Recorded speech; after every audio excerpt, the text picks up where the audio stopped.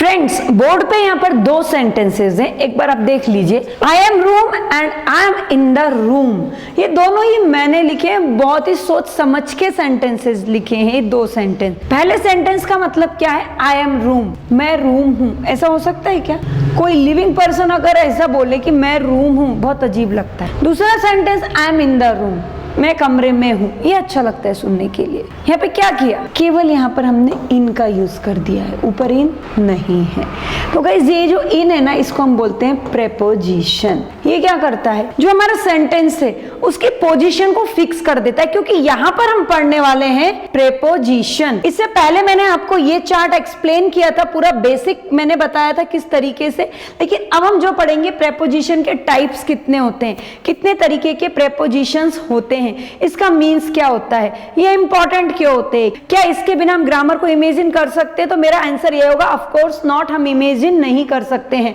Preposition का मतलब क्या होता है? एकदम बेसिक डेफिनेशन है, नाउन या प्रोनाउन के पहले प्रयोग होकर उस नाउन या प्रोनाउन का संबंध वाक्य के दूसरे शब्दों के साथ बतलाता है। थेरी है ये। नाउन या प्रोनाउन के साथ यूज होकर के दूसरे नाउन या प्रोनाउन के साथ में उस वाक्य का संबंध बताता है, उसको बोलते हैं प्रेपोजिशन। देखिए यहाँ पर मैंने जो सेंटेंस लिखा था ना, सेम वही है। आई क्या है? प्रोनाउन है। रूम क्या है? नाउन है। अभी यहाँ पर अगर मैं आई एम रूम बोलूंगी तो ये बिल्कुल अलग से कंस्ट्रक्शन का प्रॉब्लम नहीं है यहाँ पर, लेकिन जो इसका मीन्स निकल रहा है ना, एब्सोल्युटली रॉन्ग है। लेकिन यहाँ पर इस प्रोनाउन का संबंध इस नाउन के साथ में बताने वाला कौन सा वर्ड है? ये वाला। तो प्रोनाउन का संबंध इस यहाँ पर नाउन के साथ जिसने बताया वो क्या है? इन है। तो इन क्या हो गया? प्रेपोजिशन हो गया है। In the same way I am going school, सुनने में अच्छा नहीं लगता। I am going to school, क्या है? मैं स्कूल को जा रही हूं, ठीक है ना। I am in the class, मैं क्लास में हूं। तो यहाँ पर क्या समझ में आ रहा है आप लोगों को कि नाउन का प्रोनाउन के साथ या प्रोनाउन का नाउन के साथ जो संबंध बताता है उसको हम क्या बोलते हैं? उसको हम बोलते हैं प्रेपोजिशन। ये तो हो गई इसकी एक बेसिक डेफिनेशन। अब हम इसको इसके डिफरेंट टाइप्स जो हैं, क्योंकि प्रेपोजिशंस के भी बहुत सारे टाइप्स होते हैं जिसको आज हम डीपली समझने की कोशिश करेंगे। वीडियो थोड़ा सा बड़ा होगा, लेकिन आपको ये पूरा वीडियो बहुत ध्यान से देखना है, क्योंकि आपके लिए बहुत इंपॉर्टेंट है।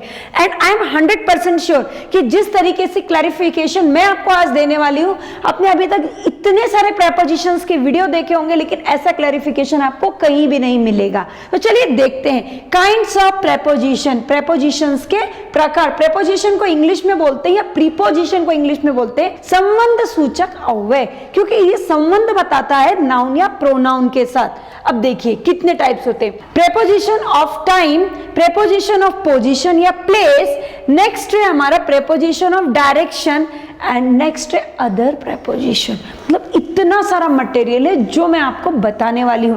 अब यहाँ पर देखिए क्या है? Preposition of time.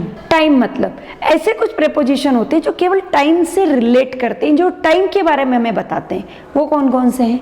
In, on, for, since, at, from, between, during, after, before, by, till, until, from, etcetera. मतलब और भी है, लेकिन टेंशन मत लीजिए, यही आपके लिए इंपॉर्टेंट है। इन सब की मीनिंग भी बहुत इंपॉर्टेंट है। आगे देखिए प्रेपोजिशन ऑफ पोजीशन या प्लेस। अब ये जो है ना टाइम, ऐसा फिक्स मत सोचिएगा कि जो टाइम में आ गया वो प्लेस में नहीं आएगा, जो प्लेस में आ गया वो डायरेक्शन में नहीं आएगा। मैंने पहले ही बताया था कि मल्टीपर्पज यूज होते हैं, लेकिन हमें वो सेंटेंस देख करके हमें डिसाइड करना होता है कि कौन सा प्रेपोजिशन कहां पर लगेगा। अब देखते हैं प्रेपोजिशन ऑफ पोजीशन। देखिए between, among, amongst, amid, amidst, इन सभी का मीन्स होता है ना बीच में। Between, among, amongst, amid, amidst, इन सभी का मतलब बीच में होता है। लेकिन कहां पर यूज करना है बिटवीन का? तो मैंने, अगर आपने हमारा फर्स्ट वीडियो देखा है तो आपको तुरंत समझ में आ जाएगा कि मैम ने कहां पर बताया था। यहां पर मैंने बिटवीन का यूज बताया था, क्लियर। लेकिन एमिड का, एमिडस्ट का, इन सभी का यूज हम कहां पर करेंगे ये मैं आपको अभी बताऊंगी। अब हम यहां पर देखते हैं next. In, at, on, beside, by, under, behind, over, our, below, in front of, etcetera. अब यहाँ पर आप देख रहे होंगे ऑन यहाँ पर भी है, यहाँ पर भी है, इन यहाँ पर भी है, यहाँ पर भी है। लेकिन यहाँ पर इनके यूजेस जो है ना, वो टाइम यानी कि प्रेपोजिशन और वो सेंटेंस, ये वेरीफाई करेंगे कि कौन सा प्रेपोजिशन कहाँ पर सेटल्ड होगा। अब यहाँ पर इन सभी के यूजेस क्या होते हैं ये मैं आपको बताने वाली हूँ, लेकिन बार बार बोल रही हूँ ये वीडियो की जो सीरीज है इसको बहुत ध्यान से देखिएगा। आगे देखिए, प्रेपोजिशन ऑफ डायरेक्शन, दिशा बताने के लिए कौन कौन से प्रेपोजिशन आएंगे? Along, across, against, up, down, to, towards, for, from, at, on, etcetera. अभी ऑन देखकर आपको फिर से याद आ गया होगा, हमने यहाँ पर भी यानी कि हमने टाइम में, पोजीशन में या प्लेस में भी ऑन का यूज किया है। कुछ प्रेपोजिशन ऐसे होते हैं जो कहीं पर भी फिट हो जाते हैं, मतलब अदर प्रेपोजिशन बोला जाता है, without, with, by, of, around, about, besides, except, etcetera.